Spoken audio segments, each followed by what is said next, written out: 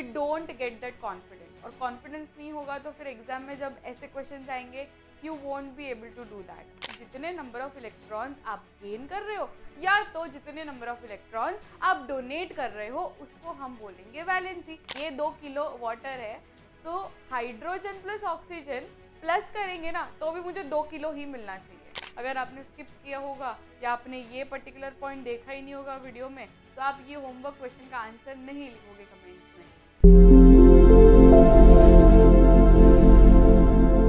Hello मेरे प्यारे बच्चों, कैसे आप सभी? दिस इज कृषि मैम, स्वागत करता हूँ सभी का rank plus 9th and 11th channel पे।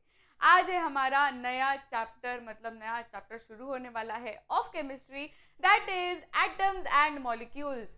मुझे पता है कि आप लोगों को ना थोड़ा सा डिफिकल्ट लगता है ना, एटम्स एंड मॉलिक्यूल्स बहुत ही डिफिकल्ट लगता है because there are so many concepts. ये वाले चैप्टर में बहुत सारे कॉन्सेप्ट्स है एंड केमिस्ट्री का जो बेस है ना, बेस ये वाला चैप्टर बनाता है। फिर अगर आपने ये वाला चैप्टर नहीं किया अच्छे से तो आपका 10th थोड़ा सा वीक जाएगा, आपका 11th भी थोड़ा सा वीक जाएगा, आपका 12th भी वीक जाएगा। तो ये वाला जो एटम्स एंड मॉलिक्यूल्स है ये हम लोग 9th में अगर अच्छी तरीके से पढ़ लेना तो 10th, 11th, 12th आगे अगर आप आगे केमिस्ट्री को परस्यू करने वाले हो बहुत ही एकदम स्मूथ जाएगा। तो ये वाला पर्टिकुलर चैप्टर हमें बहुत ही अच्छे से करना है, ठीक है। तो अगर आपको लग रहा है कि मेरा तो कॉन्सेप्ट ही थोड़ा सा वीक है ये चैप्टर का, तो डोंट वरी। आपने अगर पिछले सेशंस नहीं देखे होंगे तो यहाँ पे आई बटन में देख लो और देख लो कि मैं कैसे पढ़ाती हूँ, ठीक है। मैं हर एक कॉन्सेप्ट को आपको क्रिस्टल क्लियर करवाती हूँ, प्लस साथ साथ में I have also made sure कि मैं शॉर्ट क्वेश्चंस आपको करवाती जाऊँ, ठीक है। तो short questions as the title suggest कि हम कॉन्सेप्ट भी करते जाएंगे एंड साथ साथ में जो एकदम मतलब इंपॉर्टेंट क्वेश्चन है, पता ही है कि ये आने वाला है एग्जाम में, वैसे ही सारे मैं क्वेश्चंस लेकर आई हूँ और वेराइटी ऑफ क्वेश्चंस लेकर आई हूँ। इसलिए अगर आपने वीडियो को एंड तक नहीं देखा ना तो आपके कुछ कॉन्सेप्ट्स हो जाएंगे और कुछ कॉन्सेप्ट्स रह जाएंगे एंड इसलिए you have to make sure कि आप वीडियो को 1.5x पे देखो पर वीडियो को एंड तक देखो, ठीक है। तो बस हो गया डिस्क्लेमर, अब शुरू करेंगे हमारा सेशन। ये है हमारी रैंक प्लस टीम जो आपका एकदम तहे दिल से स्वागत करती है। ये है मेरा इंट्रोडक्शन, दिस इज योर कृषि दीदी। आप वीडियो को पॉज करके ये इंट्रोडक्शन रीड कर सकते हो। Also you have to carry a notebook जिसमें आप सारे नोट्स बनाओगे, ठीक है। कोई भी नोट्स बिना मतलब ऐसे खाली ऐसे वीडियो को नहीं देखेगा, नोट्स आपको बनाने हैं, हर एक चीज़ के नोट्स बनाने हैं।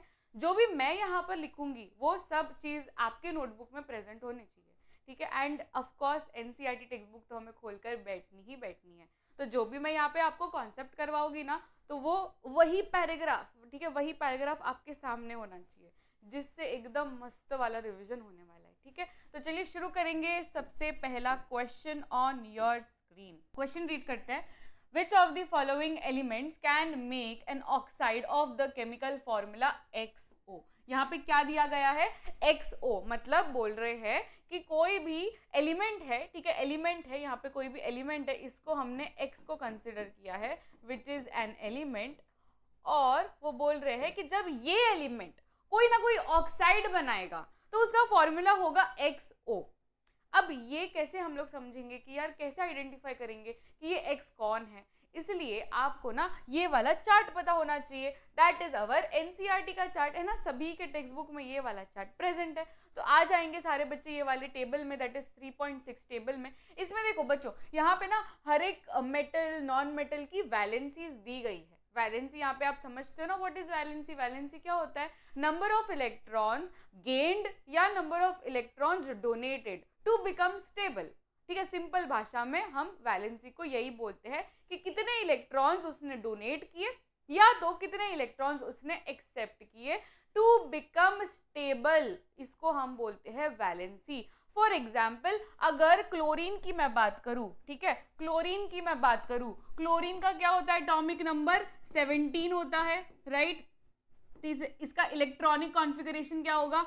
2,8,7, राइट। अब अगर इसको स्टेबल बनना है तो स्टेबल बनने के लिए वो क्या करेगा? यहाँ पे तो 7 इलेक्ट्रॉन्स है, उसको कितना चाहिए? उसको 8 इलेक्ट्रॉन्स चाहिए। इसका मतलब है तो उसको 1 इलेक्ट्रॉन मतलब 1 इलेक्ट्रॉन की नीड है, क्योंकि लास्ट में अगर 8 इलेक्ट्रॉन्स होते हैं तो ऑक्टेट रूल के हिसाब से वो कहलाया जाता है स्टेबल, ठीक है। लाइफ में स्टेबल, जैसे हमें हमारे क्या क्राइटेरिया रहते हैं, हमारे क्या पैरामीटर्स रहते हैं लाइफ में कि यार मैं ना कुछ बड़े होके बन जाऊँ, मतलब एकदम फाइनेंशियली कुछ ना कुछ तो कर लूँ जिससे मैं स्टेबल कहलाया जाऊँगा, है ना, सोसाइटी मुझे स्टेबल बुलाएगी। तो वैसे ही एलिमेंट की दुनिया में भी वैसे ही होता है, अगर उसको स्टेबल बनना है, पहले तो चलता है जब वो छोटा बच्चा होता है तब चलता है, जैसे हमारे में भी जब हम छोटे बच्चे थे तब कोई नहीं पूछता था तू स्टेबल है कि नहीं लाइफ में।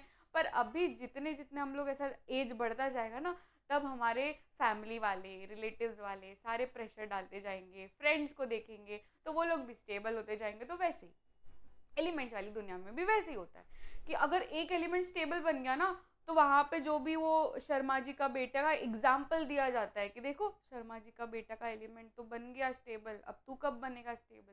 तो यहाँ पे क्लोरीन को ना ताने मारे जाते हैं कि तू कब बनेगा स्टेबल। तो यहाँ पे तो उसका इलेक्ट्रॉनिक कॉन्फ़िगरेशन 2,8,7 था।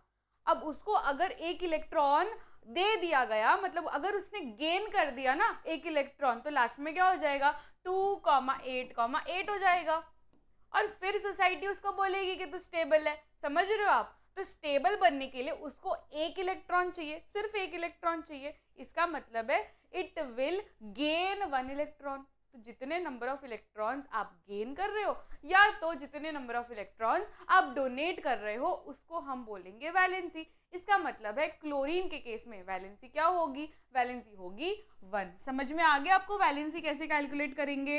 वैलेंसी क्या होगी 1।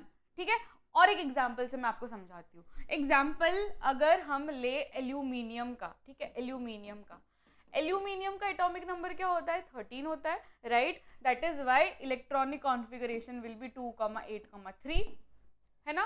कोई डाउट इसमें? नहीं, 2,8,3। अब देखो लास्ट में कितने हैं, लास्ट में 3 इलेक्ट्रॉन्स है, लास्ट में 3 इलेक्ट्रॉन्स है। अगर मुझे कोई भी लास्ट वाली शेल, ऐसा नहीं है कि थर्ड ऑर्बिट में ही 8 इलेक्ट्रॉन्स होने चाहिए, सेकेंड ऑर्बिट में भी चलेगा 8 इलेक्ट्रॉन्स, ठीक है, ऐसा भी चलेगा। पर यहाँ पे दिक्कत क्या हो जाती है, यहाँ पे इसके पास 2 ऑप्शंस मिलते हैं। या तो वो 5 इलेक्ट्रॉन्स को गेन कर सकता है, ठीक है, अगर उसने 5 इलेक्ट्रॉन्स को गेन किया मतलब +5 कर दिया, तो फिर यहाँ पे 8 हो जाएगा। या तो दूसरा ऑप्शन ये होता है कि ये जो 3 इलेक्ट्रॉन्स है ना लास्ट में, वो किसी को डोनेट कर दे, ठीक है, वो किसी को डोनेट कर दे, तो भी लास्ट में क्या हो जाएगा, लास्ट में 8 हो जाएगा। समझ में आ रहा है आपको?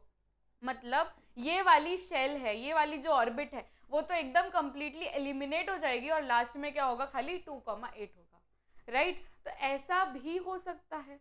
तो इजियर ऑप्शन क्या है, इजियर ऑप्शन ये 3 इलेक्ट्रॉन्स वाला इजियर ऑप्शन है कि 5 इलेक्ट्रॉन्स वाला इजियर ऑप्शन है? ऑफ कोर्स 3 इलेक्ट्रॉन्स वाला इजियर ऑप्शन है कि 3 इलेक्ट्रॉन्स डोनेट कर दे। वो 5 इलेक्ट्रॉन्स में कौन इतना सारा वो गेन करेगा, इसलिए उसने क्या चूज किया, इसने चूज किया कि मैं ना 3 इलेक्ट्रॉन्स को डोनेट कर दूंगा, 3 इलेक्ट्रॉन्स सब्ट्रैक्ट मतलब दे दूंगा, किसी को डोनेट कर दूंगा। तो फिर इसका चार्ज क्या हो जाएगा, एल्यूमिनियम +3 या तो 3+। तो +3 का मतलब क्या है, जब हम ऊपर ऐसे +3 लिखते हैं या 2- लिखते हैं या खाली -1 लिखते हैं, इसका मतलब क्या है, इसका मतलब है कि जब भी देखो प्लस साइन का मतलब क्या है कि उसने इलेक्ट्रॉन्स को डोनेट किया। अब इलेक्ट्रॉन्स कौन से चार्ज के होते हैं, इलेक्ट्रॉन्स होते हैं negatively charge, right, negatively charge. जब मैं नेगेटिव चार्ज को दे रही हूँ, ठीक है, नेगेटिव चार्ज को दे रही हूँ, तो मैं खुद क्या बन जाऊंगी, मैं खुद बन जाऊंगी पॉजिटिव।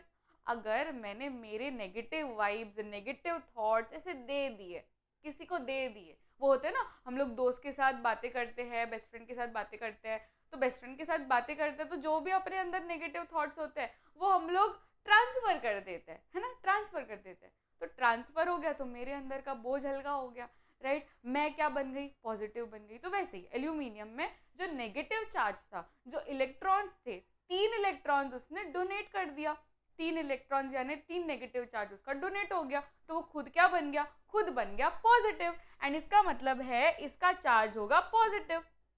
समझ में आ गया? अब इसकी हम बात करें तो इसमें क्या हुआ, इसमें इसने इलेक्ट्रॉन को डोनेट किया कि इलेक्ट्रॉन को एक्सेप्ट किया, यहाँ पर तो इसने इलेक्ट्रॉन को एक्सेप्ट किया, मतलब उसने तो नेगेटिव चार्ज को और अंदर लिया और नेगेटिव वाइब्स बोली कि हाँ आ जाओ आ जाओ आ जाओ। तो यहाँ पे इसका चार्ज पॉजिटिव लिखूं कि नेगेटिव लिखूं, नेगेटिव होगा, राइट, नेगेटिव लिखेंगे। बिकॉज उसने क्या किया, उसने एक इलेक्ट्रॉन को एक और एक्सेप्ट किया, तो यहाँ पे इलेक्ट्रॉन एक्सेप्ट हो रहे हैं, मतलब इलेक्ट्रॉन ऐड हो रहे हैं, नेगेटिव चार्ज क्या होगा, वो भी ऐड होगा, एंड इसलिए यहाँ पे ये नेगेटिव आयन बनता है और ये क्या बनता है, ये पॉजिटिव आयन बनता है।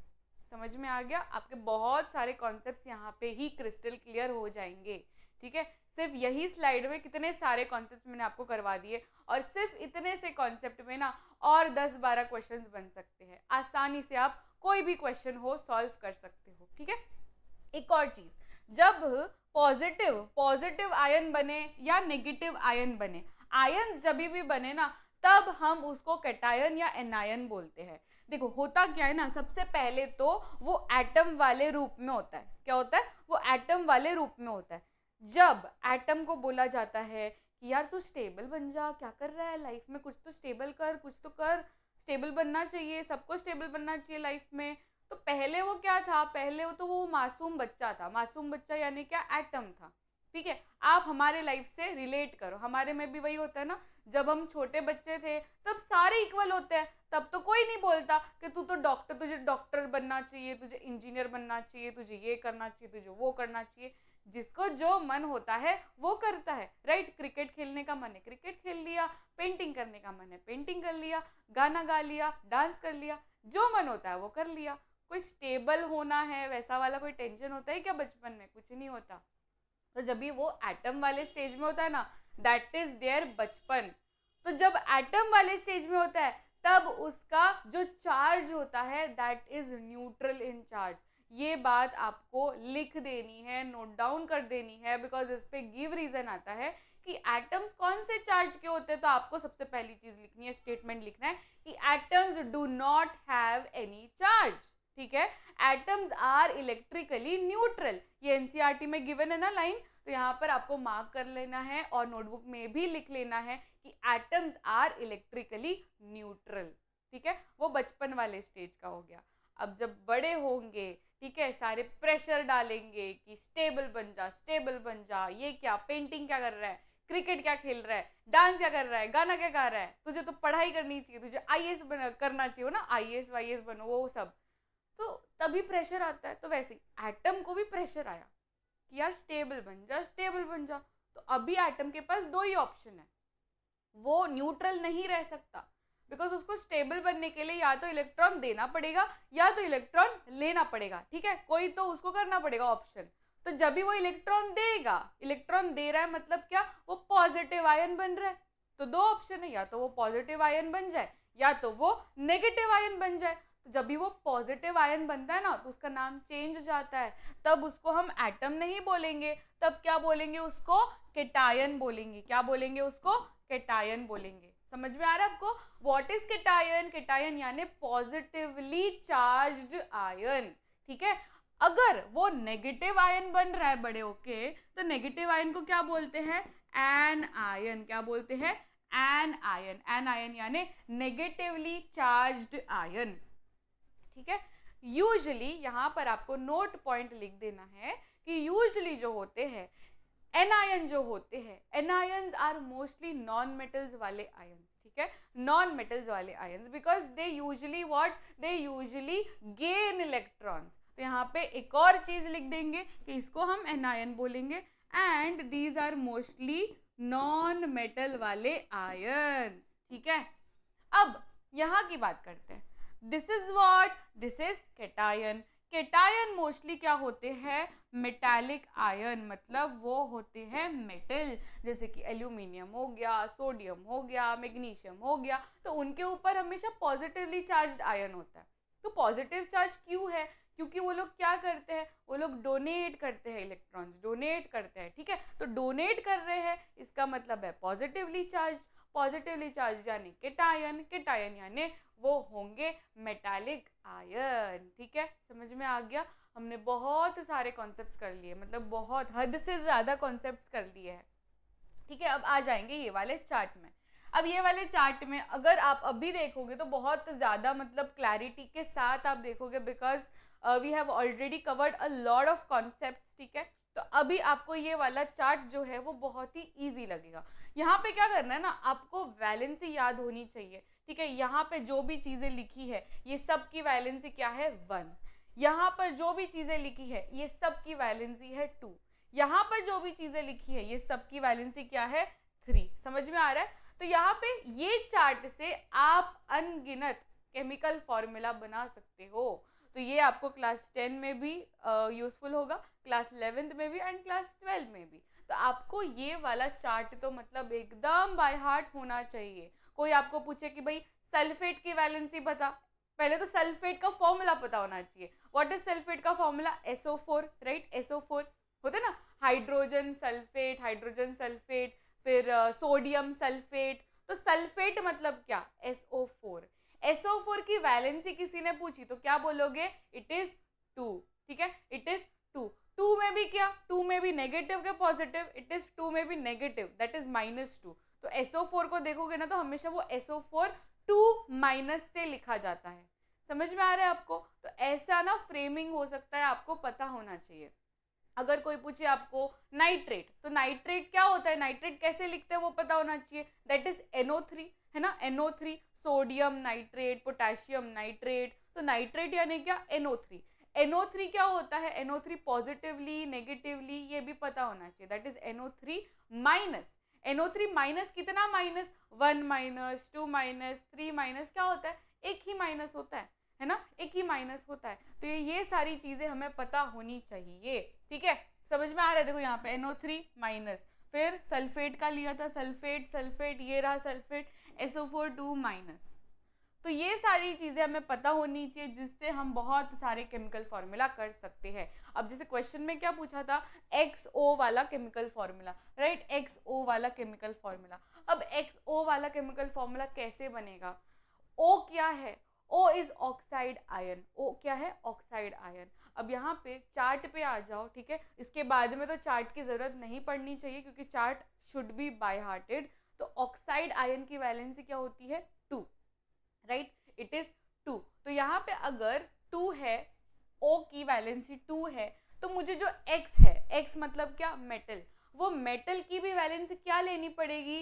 इट विल बी 2, तभी जाके मैं XO लिख सकती हूँ ना। समझ में आ रहा है आपको?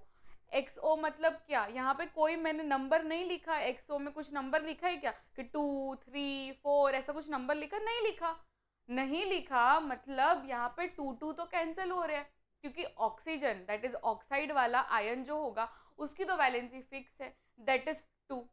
अब ये 2 को कैंसिल करने के लिए मुझे ऐसा मेटल लेना पड़ेगा जो कि 2 हो, मतलब उसकी भी वैलेंसी 2 हो, तब जाके ये दोनों क्या हो जाएंगे? कैंसिल हो जाएंगे। समझ में आ रहा है आपको? तो कैंसिल करने के लिए आपको क्या करना पड़ेगा? आपको लेना पड़ेगा वैसा मेटल जिसकी वैलेंसी होगी 2, ठीक है।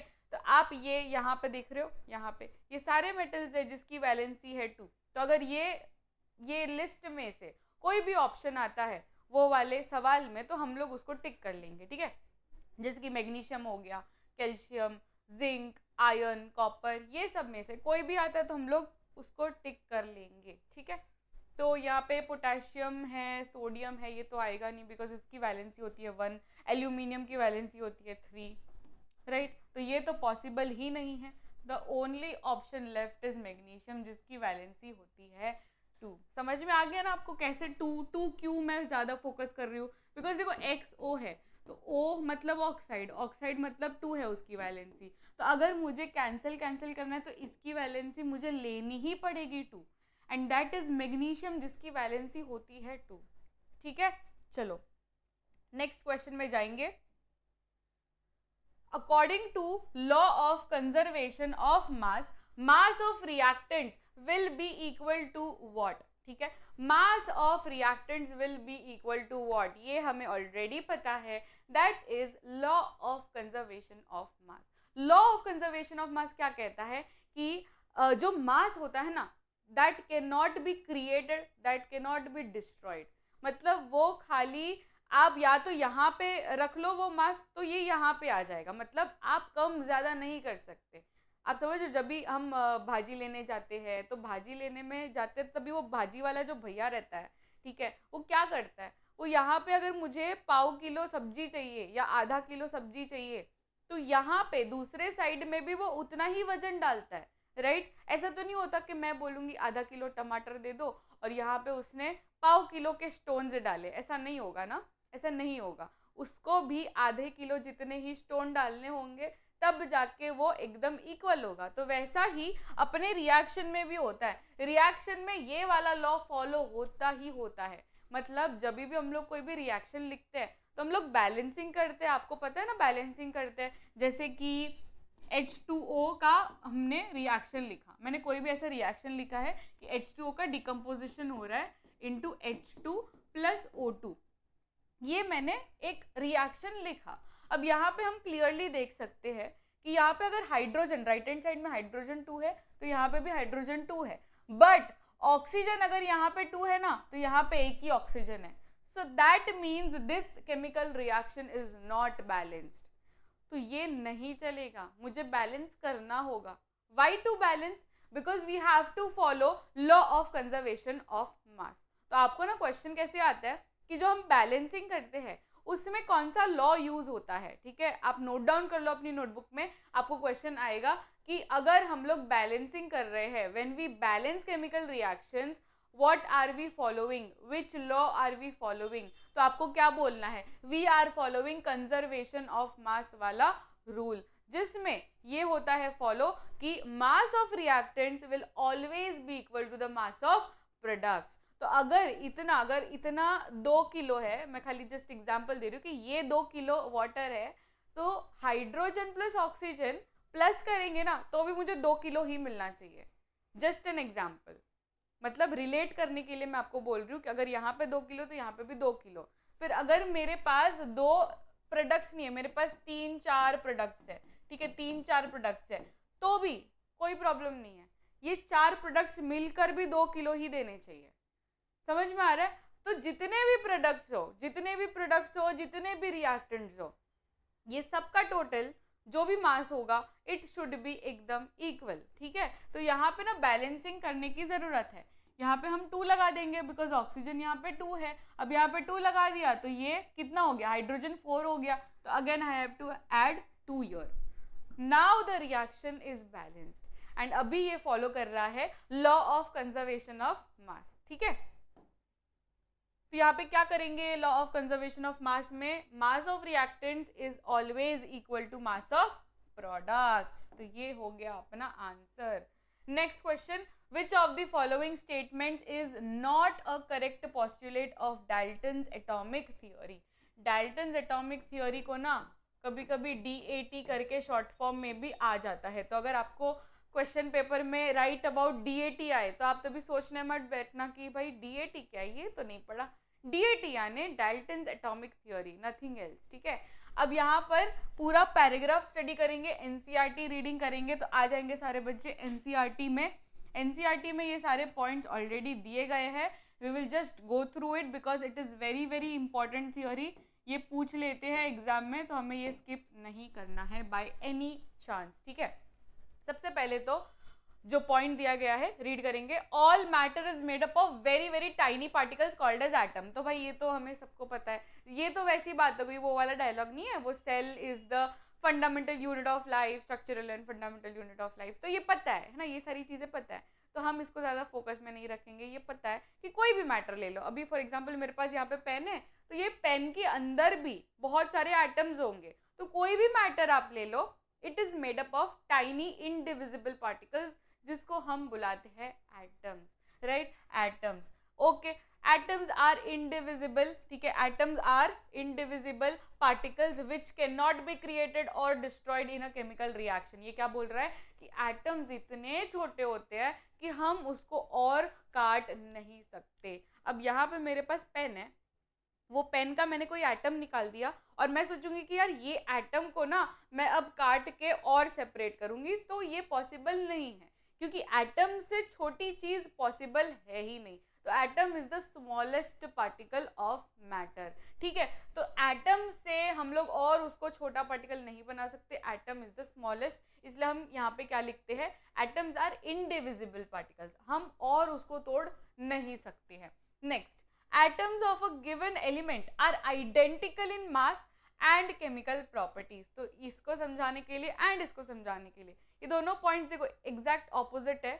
यहाँ पे क्या लिखा है कि एक एलिमेंट, जो भी कोई भी पर्टिकुलर एलिमेंट ले लो, उसमें जो भी एटम्स होंगे वो सारे आइडेंटिकल होंगे और सेम केमिकल प्रॉपर्टीज दिखाएंगे। जैसे कि गोल्ड हो गया, ठीक है, गोल्ड मेरे पास है तो वो गोल्ड में जो भी एटम्स होंगे वो सारे गोल्ड वाले एटम्स होंगे। ऐसा तो नहीं होगा कि मैंने गोल्ड लिया पर मुझे ना 10 एटम गोल्ड के मिले और दूसरा 1-2 एटम सिल्वर का मिला। मतलब सिल्वर बोलेगा कि यार मुझे थोड़ा ऐसे 2-3 एटम जितना जगह दे दो, मैं आ जाऊंगा। ऐसा सब नहीं होता है ना। मतलब जो भी मैटर है उसी के एटम्स प्रेजेंट रहेंगे इन दैट पर्टिकुलर एटम या in that particular element, right. तो यहाँ पर यही चीज लिखी गई है कि कोई भी आप एलिमेंट ले लो, उसमें जो भी एटम्स रहेंगे वो एकदम आइडेंटिकल होंगे। नेक्स्ट पॉइंट क्या लिखा गया है, उसी का उल्टा, कि अगर आप कोई भी दूसरे डिफरेंट एलिमेंट की बात कर रहे हो, जैसे कि एक तरफ आपने गोल्ड लिया, दूसरी तरफ आपने सिल्वर लिया, ठीक है, तीसरी तरफ आपने आयरन लिया, तो ये क्या है, ये सब डिफरेंट एलिमेंट है। तो जब आप डिफरेंट एलिमेंट की बात करो तो उसमें डिफरेंट एटम्स होंगे। जैसे कि गोल्ड लिया है तो गोल्ड के अंदर गोल्ड के एटम्स होंगे, सिल्वर लिया है तो सिल्वर के अंदर सिल्वर के एटम्स होंगे, आयरन के अंदर आयरन के एटम्स होंगे, ठीक है। तो मतलब जो डिफरेंट एलिमेंट है उस प्रकार से डिफरेंट एटम्स भी होंगे। तो इसको समझाने के लिए मैंने ये वाला एग्जांपल लिया, दैट इज आलू ले लो, आलू ले लो। तो यहाँ पे कैसा है कि आलू, अभी आलू है तो आलू के अंदर ऐसा तो नहीं होगा कि थोड़ा सा पार्ट, इतना सा पार्ट थोड़ा अनियन का टेस्ट आएगा या इतना सा पार्ट मुझे गार्लिक का टेस्ट आएगा। ऐसा तो नहीं होगा ना।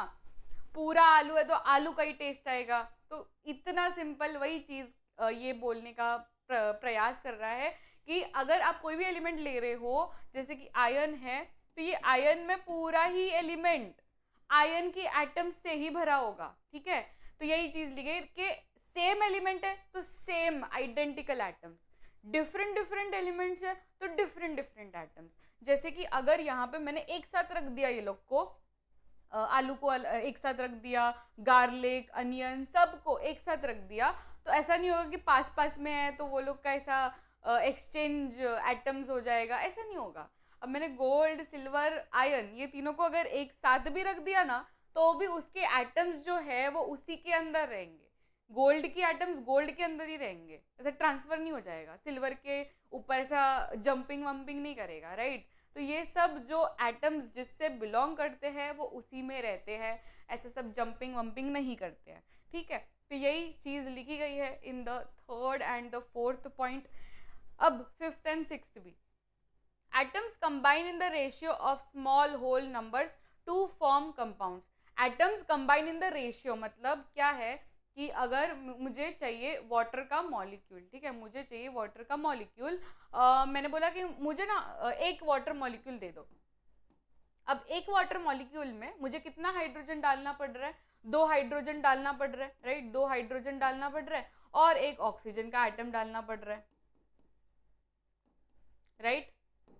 अभी मेरा ना माइंड चेंज हो गया, मुझे अब एक मॉलिक्यूल ऑफ वाटर नहीं चाहिए, मुझे मन हुआ कि चलो अब ना हम आधा मॉलिक्यूल ऑफ वाटर लेते हैं। अब आधे मॉलिक्यूल ऑफ वाटर बनाने के लिए मुझे हाइड्रोजन को भी आधा करना पड़ेगा, ऑक्सीजन को भी आधा करना पड़ेगा।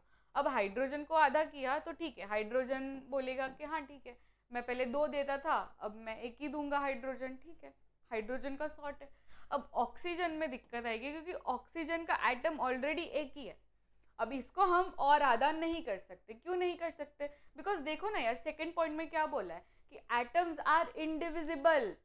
तो अभी ऑक्सीजन एक एटम है, वो एटम को कैसे आधा करोगे? नहीं कर सकते। उसको आधा किला, पौना किला, ऐसे पाव किलो, ये सब नहीं कर सकते, राइट। तो जो है वो एक तो लेना ही पड़ेगा, एक एटम तो आपको लेना ही पड़ेगा।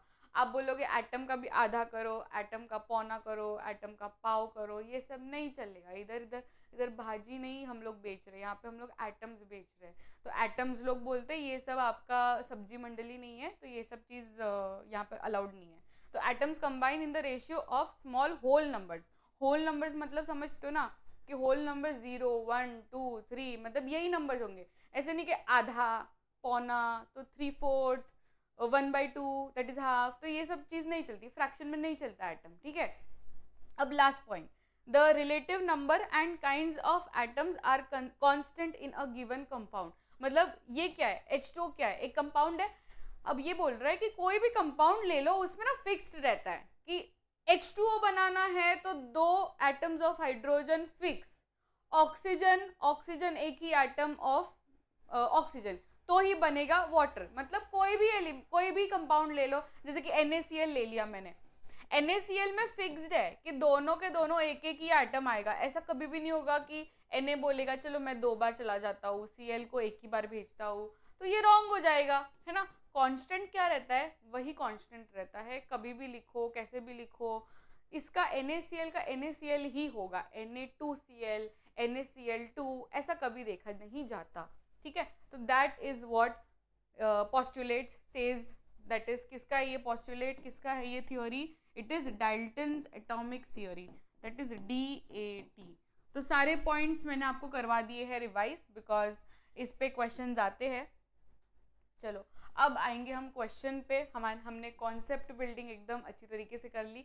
Now it's time to do the question. यहाँ पे क्या बोला है कि it is not the correct postulate, मतलब ये सही चीज़ नहीं लिखी गई है। एक करके रीड करते हैं। All matter is made up of very tiny particles called as atom. तो यहाँ पे तो कुछ गलत नहीं लिखा, यही हमने पढ़ा है कि कोई भी मैटर ले लो, उसमें छोटे छोटे पार्टिकल्स होते हैं, उसको हम बोलते हैं atom.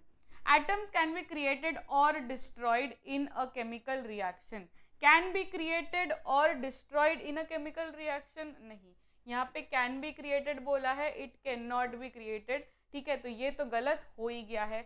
C, atoms of a given element are different in mass and chemical properties। तो ये भी गलत दिया गया है ना, क्योंकि यहाँ पे क्या है, atoms of a given element, एक एलिमेंट में आप ऐसे एक्सपेक्ट ही नहीं कर सकते कि एक ही एलिमेंट में डिफरेंट डिफरेंट प्रकार के आपको एटम्स मिलेंगे, राइट। हमने स्टडी किया ना कि अगर आयरन का एलिमेंट है तो उसमें सारे एटम्स आयरन के ही होंगे, कोई भी ऐसे सिल्वर का या गोल्ड का 1-2 ऐसा नहीं होगा, सारे ही सारे सेम एलिमेंट वाले एटम्स होंगे। तो यहाँ पे ये भी गलत लिखा है, right. Atoms of different elements have different masses and chemical properties, तो ये तो सही लिखा है। तो यहाँ पे B एंड C दोनों गलत है। मे बी एक ऑप्शन का यहाँ पे कैन की जगह पे हम कैनॉट अगर कर दे तो ये सही हो जाएगा। So may be this is the spelling mistake, थोड़ा सा प्रिंटिंग मिस्टेक या कुछ भी हो गया होगा। तो ये वाला ऑप्शन यहाँ पे कैनॉट ही कर दो आप, ठीक है, कैनॉट ही कर दो।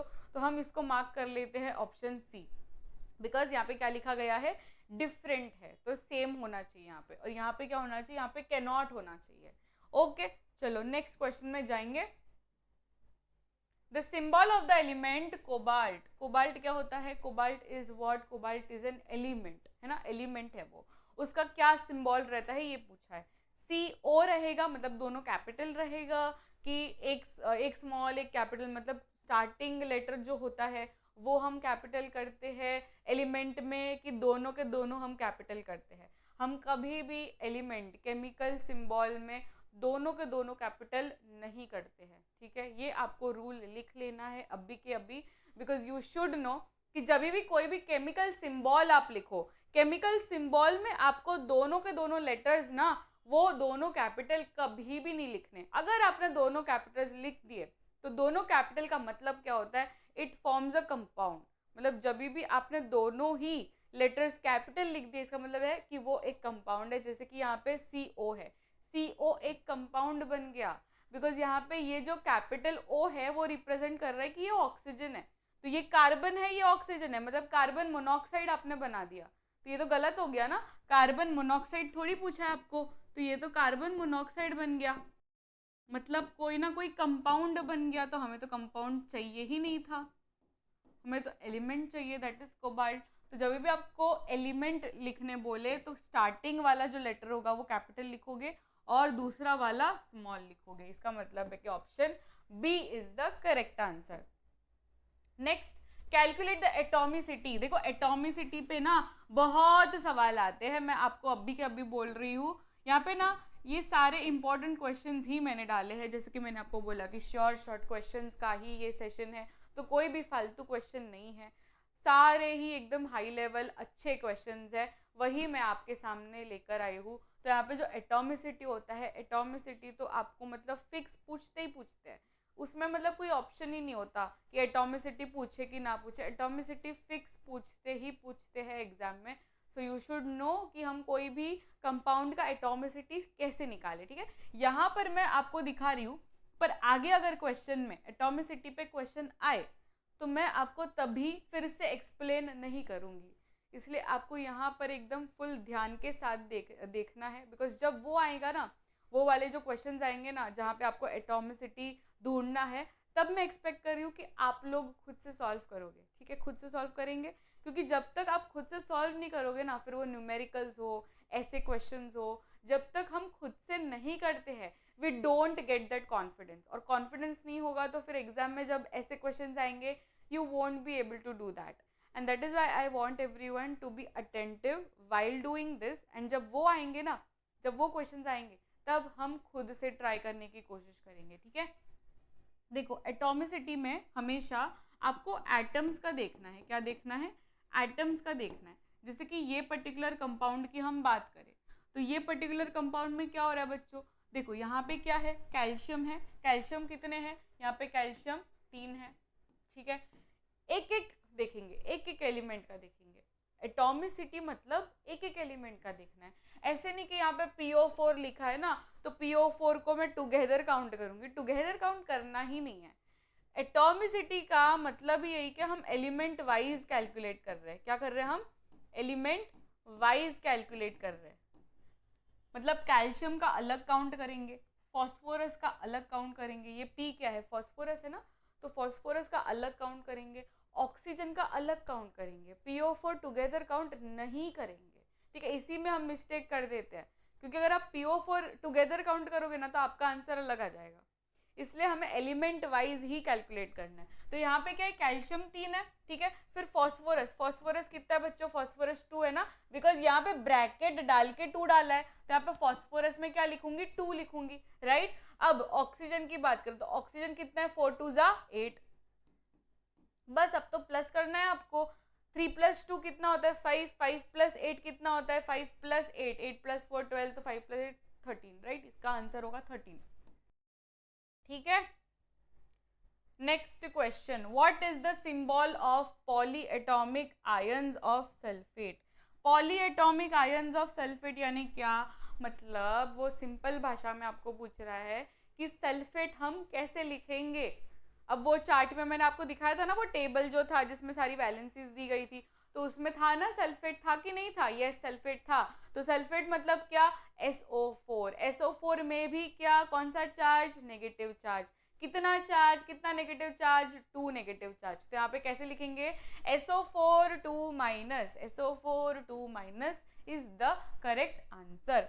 Next question, state the law of conservation of mass. तो ये हमने ऑलरेडी कर लिया, क्या किया हमने, कंजर्वेशन ऑफ मास को कैसे डिफाइन किया कि जितना रिएक्टेंट का मास होगा उतना ही उतना एग्जैक्ट आइडेंटिकल कितना होगा मास ऑफ द प्रोडक्ट। तो रिएक्टेंट का mass is equal to product का मास, ये तो हम फॉर्मूला बेस्ड लिख देंगे। पर अगर आपको डेफिनेशन पूछे तो डेफिनेशन में आपको टेक्स्ट बुक का ही, मतलब एग्जैक्ट टेक्स्ट बुक जो लिखती है, NCERT जो लिखती है, वही लाइंस हमें यूज करनी है व्हेन वी यूज डिफाइन, ठीक है। डिफाइन जब भी पूछे तभी आपको ऐसे ही लिखना है, एज इट इज लिखना है।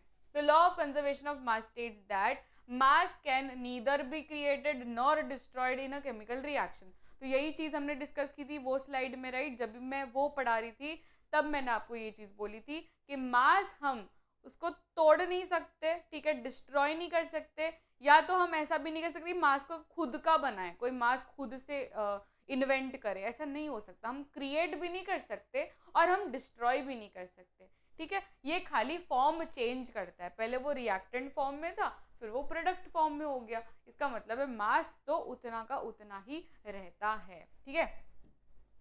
नेक्स्ट क्वेश्चन, तो यहाँ पे एक फॉर्मूला लिख देंगे जो हमने पढ़ा है कि मास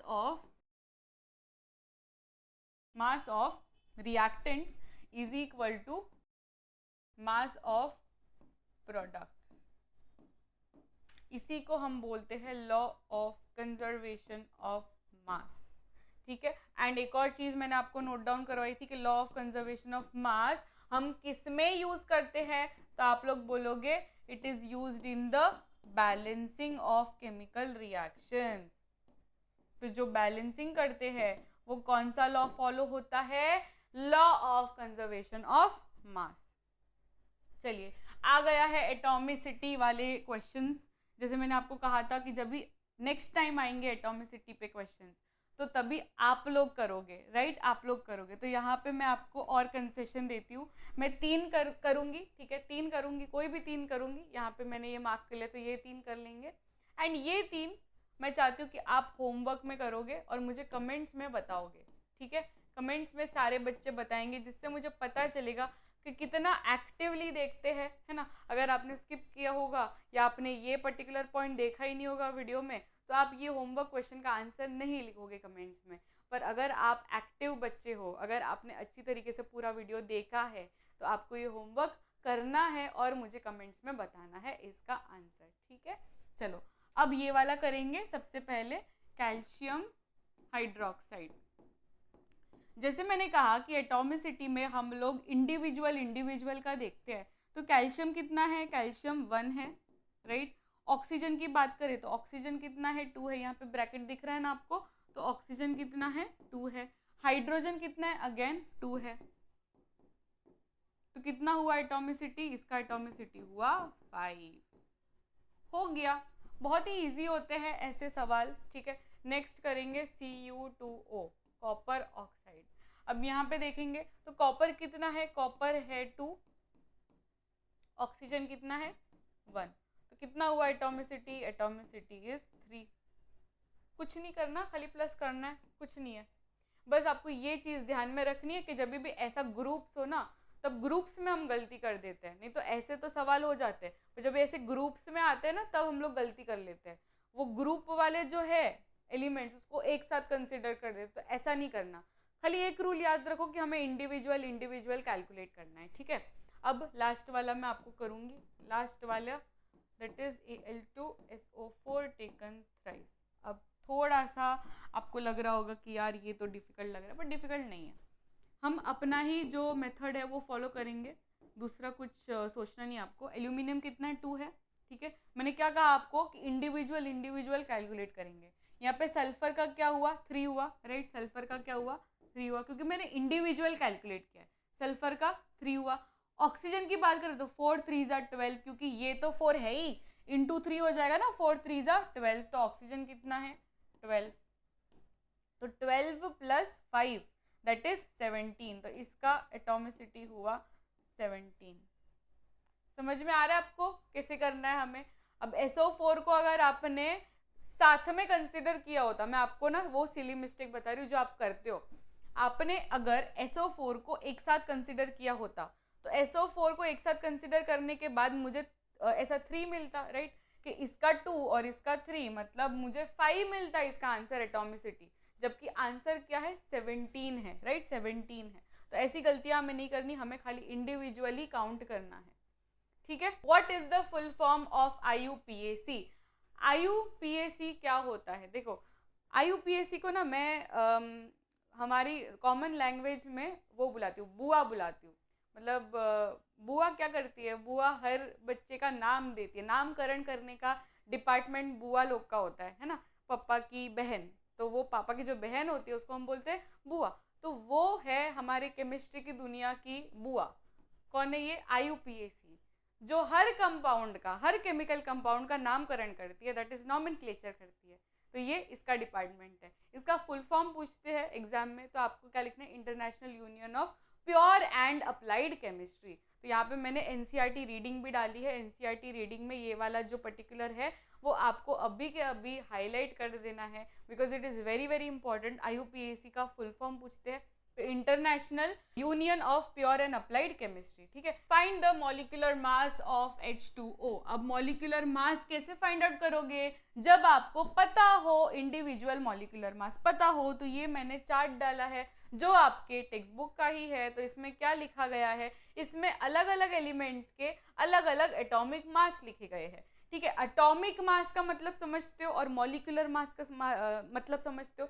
एटॉमिक मास यानी क्या, कि वो एटम का मास, ठीक है। जैसे कि हाइड्रोजन हो गया, तो मैं इंडिविजुअल हाइड्रोजन की बात कर रही हूँ, इंडिविजुअल हाइड्रोजन एटम की बात कर रही हूँ, तो मैं बोलूंगी उसका एटॉमिक मास ये है। अगर मैं H2 की बात कर रही हूँ, तो H2 में कितने हुए, 2 एटम्स हो गए ना, H एंड H, तो ये क्या बन गया, अब मॉलिक्यूल बन गया। तो जब मैं H2 के मास के बारे में बात करूंगी, तो मैं तब एटॉमिक वर्ड यूज नहीं करूंगी, मैं मॉलिक्यूलर मास वर्ड यूज करूंगी। आप समझ रहे हो डिफरेंस? तो यहाँ पे जो भी मास दिए गए हैं ना, वो सारे एटॉमिक मास है, ठीक है, एटॉमिक मास है।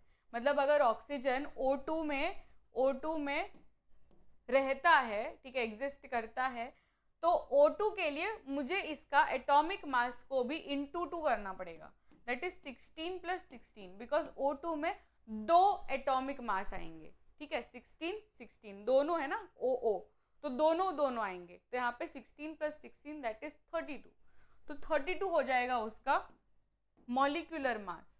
समझ में आ रहा है? तो अभी यहाँ पे मुझे H2O का निकालने बोला है, तो H2O का कैसे निकालेंगे, सबसे पहले तो 2 एटम्स ऑफ हाइड्रोजन है ना, तो 2 इंटू जो भी उसका एटॉमिक मास है, हाइड्रोजन का एटॉमिक मास इज 1, राइट, 1 है, हाइड्रोजन का एटॉमिक मास इज 1, तो 2 इंटू 1 हो जाएगा, प्लस ऑक्सीजन का कितना होता है, ऑक्सीजन का 16 होता है, अभी जस्ट हमने देखा ना टेबल में, ऑक्सीजन का कितना होता है, 16 होता है।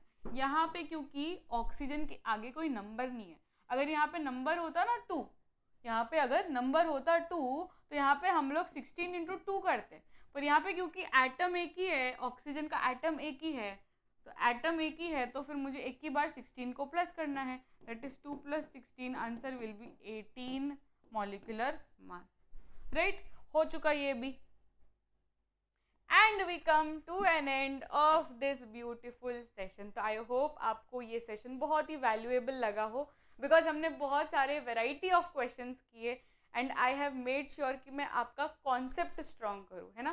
क्वेश्चंस तो आपको समझ ही गए होंगे, और वो तो सभी करवाते हैं, पर कॉन्सेप्ट्स पे कोई ध्यान नहीं देता, एंड दैट इज़ वाई आज के सेशन में हमने कॉन्सेप्ट्स पे ज़्यादा फोकस किया, ठीक है। तो ये तो कुछ क्वेश्चंस थे एटम्स एंड मॉलिक्यूल्स के, और मैं एटम्स एंड मॉलिक्यूल्स के क्वेश्चंस लेकर आऊँगी इन द नेक्स्ट सेशन। तो जब भी नेक्स्ट केमिस्ट्री का सेशन होगा ना, तब हम मिलेंगे और ये चैप्टर को कंप्लीट करेंगे और क्वेश्चंस के साथ, ठीक है। तो हम और कॉन्सेप्ट्स भी पढ़ेंगे और क्वेश्चंस भी करेंगे वो सेशन में। तो आज के सेशन में बस इतना ही। Keep smiling, keep working hard.